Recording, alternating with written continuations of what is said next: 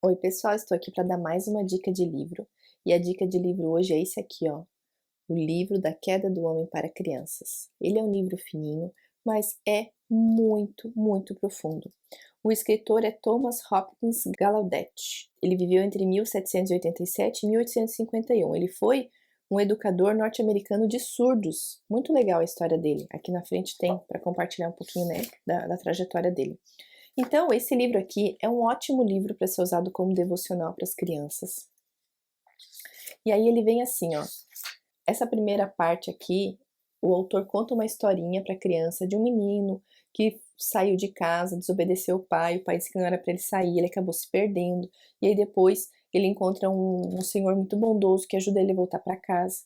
E aí ele se arrepende de ter desobedecido e ele viu o quanto aquilo foi prejudicial para ele. E aí no final, ele traz aqui algumas perguntinhas para a criança sobre o texto que foi lido. E aí, então, ele entra propriamente na história da queda, né? E então, cada capítulo, ó, o capítulo 1, a história 1 vai ser a permissão.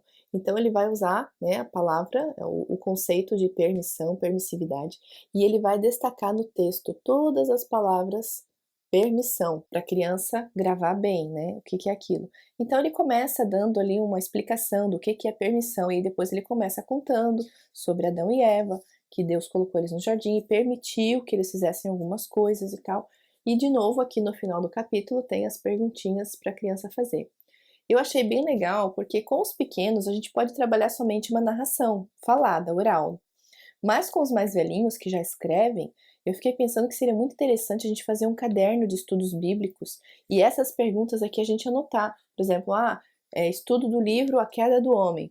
Então, capítulo 1, permissão. Daí anota ali as perguntas, né, as impressões da criança. Isso é muito legal porque fica como um registro, um diário.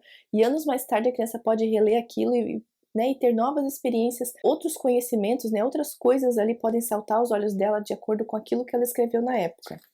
E assim ele vai. A segunda história, então, é sobre a proibição, e de novo, o autor vai destacar no texto todas as palavras que têm a ver com proibição, e aí no final, de novo, ele traz aqui a reflexão, né, sobre a história, o que aconteceu, para a criança, né, desenvolver com suas próprias palavras. Então é um livro, eu achei um livro assim muito rico, muito fácil de entender a linguagem que o autor usa. Ele não é uma linguagem boba, mas também não é uma linguagem difícil para a criança entender. É uma linguagem bem adequada.